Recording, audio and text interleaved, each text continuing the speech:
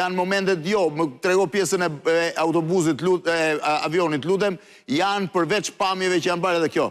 Kush është Baba Musta që nga i pari i Prikavallës? Baba Mustën keni lënë të kërcej i pari? Edhe ekipi, këto kanë qenë momentet mbas fitores, kanë qenë të gjithë shumë, ja dhe prapë Baba Musta, flet në telefon. Mos e përmend shumë se s'do të shumë. Është gjithë kohën. Është gjithë ekipi është shumë i relaksuar, në pjesën e tretë keni me pamje mjaft interesante nga po i quaj pas kuintave të asaj që ka ndodhur. Faton, ku e ndoqe ndeshje Leskovac? Leskovac, po. Plan tysh rahat. Po, me ju jam okej. S'pata asnjë problem. Jo, ishte. Fanel nuk kishe veshur. Si do duk atmosfera? Jo, fanel kisha, por s'kisha kështu me brend të Shqipërisë, sepse po fanel... Jo, me brend të Shqipërisë po flasur. Kam qenë me një fanel doja të jetë dedikim, sepse kësa radhe Tetova gjithmonë është me Shqipërinë, por kësa radhe e ndjenim më afër, sepse për herë të parë në histori ndodhte një futbollist i Shkëndijës si puna e Klisman Cakës, të ishte i grumbulluar, dhe kam patur... Dhe kishte shumë shanse të ishte lojë nëse një nga dy mbrojtësit qendror që ne kishim mund mësonte dëmtim. Prandaj kam patur fanel të Shkëndijës edhe me vitin e themelimit të Shkëndijës. Po, si do duk atmosfera e ndeshjes? Shiko, unë realisht jam... Se pati shumë tension duke u nisur nga ngjarja e Beogradit, po në fakt nuk pati... Po...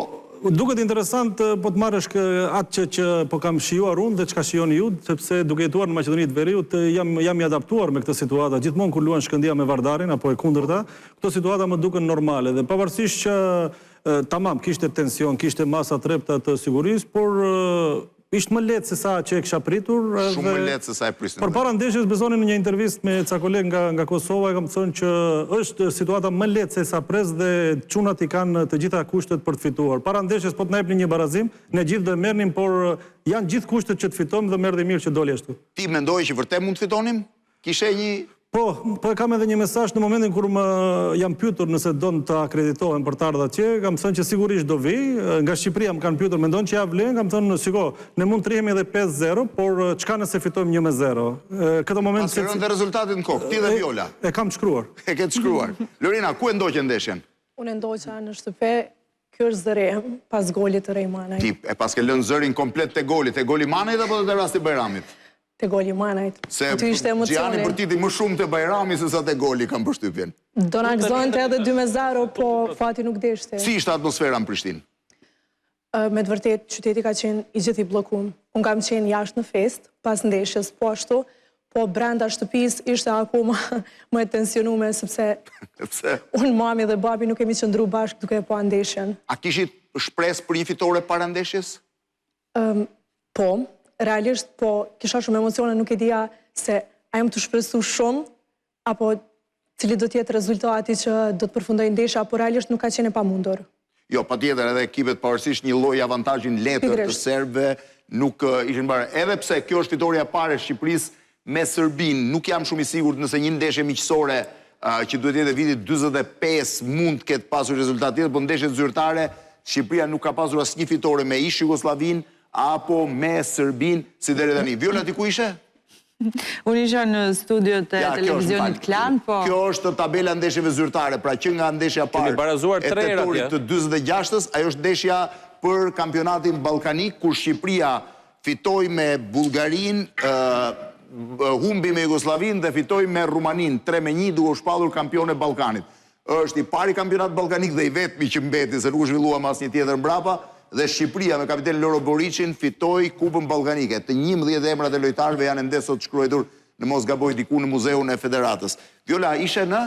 Jo, isha këtu në studiot Klan, sepse sigurisht Albani ishte në Serbi dhe kishte stafin me vete, por kishim marrë masa që në rast të ndoshte ishim të përgatitur. Kishim një studio gati, ishe dhe ti, e di, e ndoshëm edhe... Na doli një papritur.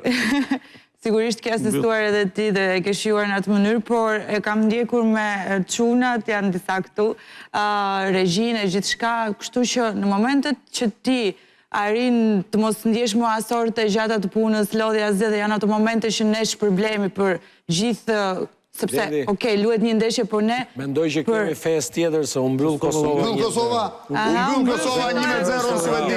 Bravo. Ai një duar trokitje për Kosovën 1-0 Kosova në Suedi. Tani shtohen shanset e Kosovës goxha për dal play-off. Kosova 7 pikë, Slovenia ka 3 pikë, Kosova do duhet që marri nga 1 pikë me secilën. ose të marri barazimin me Ma nëzirnin që nga Google komplet rezultatin ose fitoj me Zvicrën në Kosovë. Po jo, Slovenia është e radhët, kështu që... Vjolla, ti re në kokë se një ditë para ishe e bindur që Shqipëria mund fitonte. Jo, ishte një loj, ishte një parashikim që po bënim të gjithë video, pjesa e stafit dhe të gjithë e quam në një chat se kush do kishte një ditë pushime që fitonte. Nuk e di kur do e marrë, po që do e marrë një ditë ekstra pushime dhe e gjeta 0-1, kisha një pozitivitet, optimizm, nuk e di pse mendoja se di, kam bërë një intervistë Silvinjos një javë para se të fillonin përgatitit edhe tha që kishte të njëjtën emocion dhe të njëjtën pozitivitet si që kishte në fillim të kualifikueseve për Europianin kur pa që filluan me Polonin Çekin dhe kishte të ndjesi si që kishte tani edhe u karikova dhe unë me këto pak të mpash çuna që ishin shumë të qetë, të gjithë më janë dukur shumë të qetë se sa më përpara. Vetëm për një përshtypje, dhe Manej që pyetën, mos gaboj Uzunin ose nuk e di dikë tjetër, apo Hysen thanë që ishin më të shqetësuar këtu se sa ndeshjen me Serbinë në Tiranë. Këtu përjetuan një emocione dhe sigurisht një presion. Kishin presion më të madh. Në Shqipëri po, jo, në Serbinë thanë, të gjithë. Kishin emocion më të madh.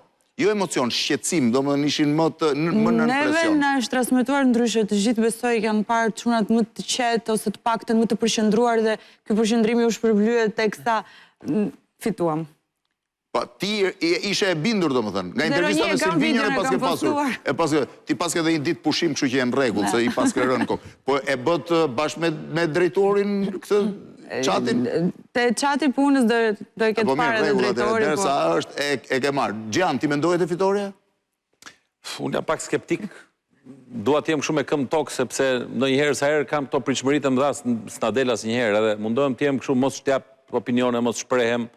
Edhe kështu na ecën ndonjëherë më mirë. Me thënë të drejtën, isha përgatit për një barazim, me thënë drejtën. Tamam, po fitorin kush nuk e do. Po atmosfera më ka bërë përshtypje. Që kur unë kam britur që tente në darkë, 2 ditë përpara, dhe në qytet shumë qetë, s'pash asnjë banderol, raportimet e para me bluzën e Serbisë nuk mëson. Raportimet e para që kanë bërë në televizionin Klan orët e para ditës premte pa ardhur ekipi, kanë qenë vetëm një pjesë e stafit serbisë që bënin ecje, sepse hotelin e kishin në qendër. Nuk pash as flamuj, as fest, as nuk pas as gjë reagimi. 0-1 Kosova. Ndeshja ardhshme Sloveni-Kosovë, luhet Ljubljan. Rezultati final pra Sloveni-Kosovë. Kam përshtypjen. Sloveni-Kosovë në Ljubljan dhe pastaj Kosovë-Zvicër Prishtinë. Kosova për mua është... Po duhet 6 pikë në lojë, 4 pikë diferencë, për mua ka goxha shanse. Është shanset. Për mua është gati Kosova është në play-off. Po, edhe po thoshe... Dhe shumë qetësi. Masat e para të sigurisë, pastaj pash kur afrova tek hoteli kombëtares, doja të prisja autobusin kur do hynte sapo kishit zbritur, dhe do prisja autobusin që të vinte. Aty pastaj pash që ishte, e para që ishte blinduar, më keq se sa një ambasadë, nuk e di, se ambasada amerikane ishte pamundur që të kalojë edhe tek rruga, as telefon nuk xhiroje dot. Po, 3500 tifozë ishin 5000 polic. Megjithatë këtë nuk... Po vetëm hoteli, imagjino, stadyumi pastaj ishte diçka tjetër. Por ama, për sa i takon, organizimi ishte bërë perfekt për të mos ndodhur as edhe një gjë. Pra kanë patur bindjen që aty s'do të ndodhi asgjë dhe nuk ndodhi asnjë gjë. Pash ato grupet e tifozave që vinin me autobuza, autobuza aty buz rrugës të gjithë. Nuk e di nga i kishin marrë tifozët, me thënë drejtën. Ajsa në fillimin e kur u bën zemja, mu duk se u ishin bibliotek, jo në stadium. Aq qet ishte. Pastaj filloi u mbush, mendova s'do mbushej. Nga informacionet pastaj që diskutuam dhe bashkë, nuk ishin as 5000, ishin diku tek 3000 ca. Tek 3000 ca. Kjo ishte pak a shumë numri i tifozëve dhe ishin me koreografi.